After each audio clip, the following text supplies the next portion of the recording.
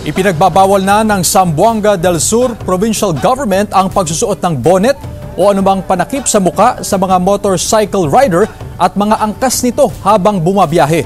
Sa inilabas sa Provincial Order No. 039-2023 ng Zamboanga del Sur, bawal na ang pagsusuot ng mga bonnet, ski mask, headdress o kahit ang paggamit ng panyo para gawing panakip sa mukha ng rider ng motorsiklo at angkas nito habang bumabiyahe sa loob ng mga lugar sa Zamboanga del Sur. Layunin nito na mapigilan ang mga kaso ng kriminalidad sa syudad lalo na ngayong election period. May kaukulang parusa ang lalabag sa naturang kautusan. Pero sa ngayon ay nasa information dissemination stage pa ito at may 15 days na grace period bago tuluyang ipatupad.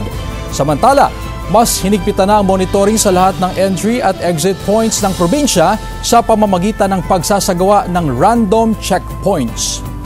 Masagara mong sa killing sa perpetrator sa mga shooting incident. Ang mga killer nakasuot og bonnet, face mask or panyo nga kabel sa naong. So mo gi-impose ni nga mga ordinansa basin makatabang no sa pagpahapsay sa sa tong probinsya. Ilabi na karon nga umaabot ang eleksyon, at least no hesitant na ang kining mga criminal minded person